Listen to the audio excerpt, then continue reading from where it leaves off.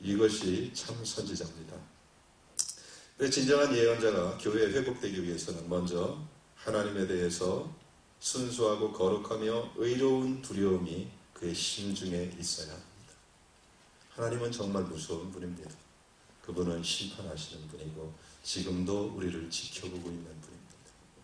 하나님만 두려워하면 그래서 뭐예요? 세상의 어떤 것도 사단도 두려워하지 않게 됩니다.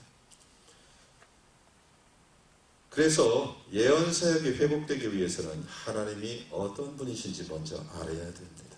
예언하는 게 계시가 우선적이 되면 가짜가 됩니다. 교만해져요. 하나님을 아는 지식이 없어서 망합니다. 이것은 호세아서를 통해서 주님이 지금도 말씀하고 있는 거예요. 네, 하나님을 아는 지식이 없는 종류가 두 종류예요. 하나님을 몰라서 실제 그러는 사람들이 있어요. 무식한 크리스천들. 그죠? 자기가 하나님을 안다고 착각해요. 근데 몰라요. 그런 사람이 너무 많아요. 그래서 실제 유식한 크리스천은 실제 말씀에 대해서 해박합니다. 그런 사람들은 하나님을 두려워해요.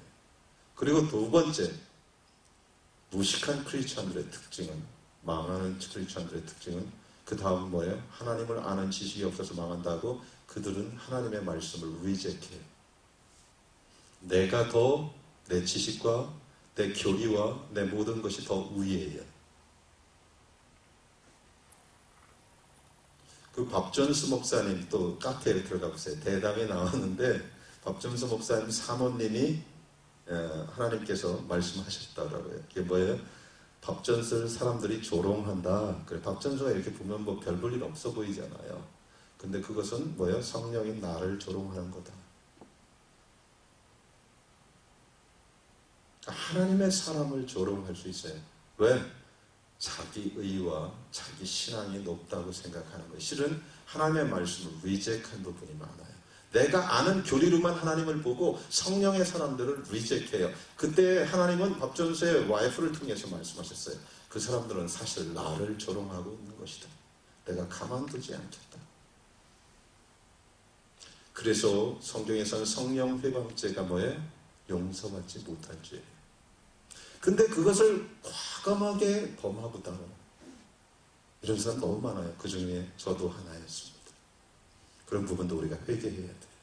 우리가 알면 얼마나 합니까? 하나님에 대해서. 근데 감히 하나님의 말씀에 있는 것도 나하고 교리가 다르다고 리젝을 해요.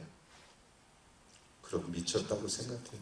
그건 하나님을 무시한 거예요. 하나님을 모르는 거예요. 리젝한 거예요. 사울이 어떻게 버림을 받죠? 사울이 나를 버렸으므로 나도 사울을 버리겠다. 우리 측에서 하나님을 버렸다고 그래요. 먼저. 하나님을 가까이 하라. 그리하면 너에게 가까이 하시리라. 뭐예요? 우리 측에서 하나님을 하나님답게 인정하고 주님을 찾기 시작하면 하나님은 뭐예요? 우리에게 더 가까이 오신다는 거예요. 사랑하는 여러분, 잊지 마시기 바랍니다. 예언사역, 올바른 예언사역이 교회에 꼭 회복될 때입니다. 그리고 지금 그 시즌이에요. 마지막 때입니다. 너무 중요합니다.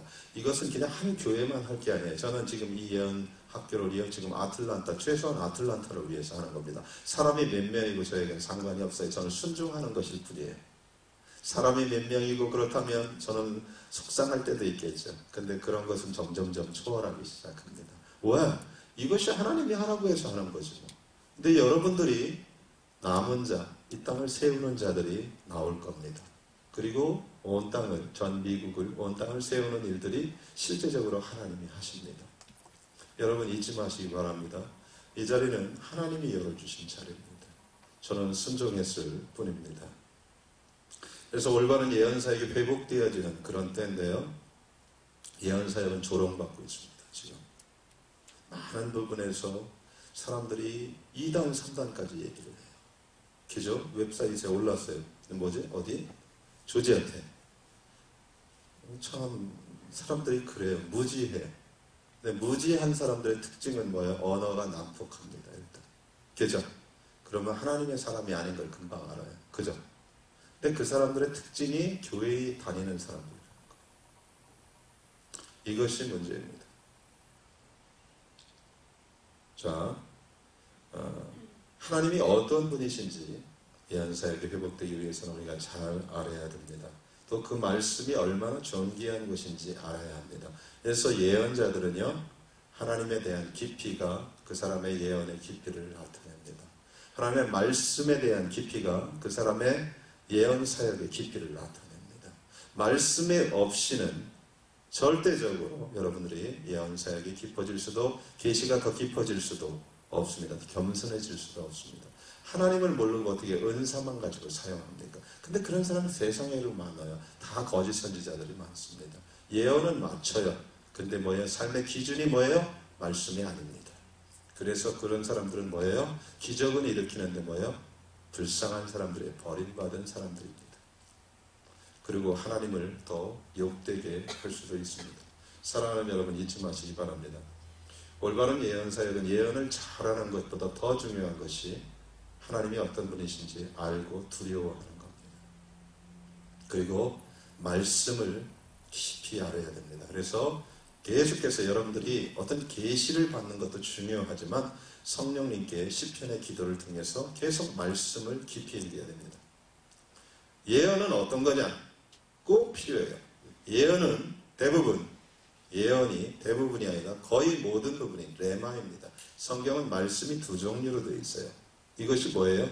요한복음 1장에 보면 로고스라고 합니다. 말씀이 육신이 되어 오셨습니다. 그죠? 네, 성경 안에서 레마라는 말도 나와요. 레마는 무슨 말이냐? 지금 나에게 하시는 말씀입니다. 이 로고스는 하나님의 말씀이에요. 근데 모든 사람들에게 하는 말이에요. 그죠? 하지만 이것이 어느 날 요한복음 3장 16절에 내 가슴을 쳐요. 하나님이 세상을 사랑하사 이 독생자를 주셨으니, 예? 이 말을 통해서 예수 그리스도를 만나 이 말이 본인에게 뭐예요? 레마로 오는 겁니다. 예언은 로고스가 레마로 주어질 때 나오는 거예요. 그래서 예언 사역자들의 특징은 말씀 안에서 점검이 돼야 돼요.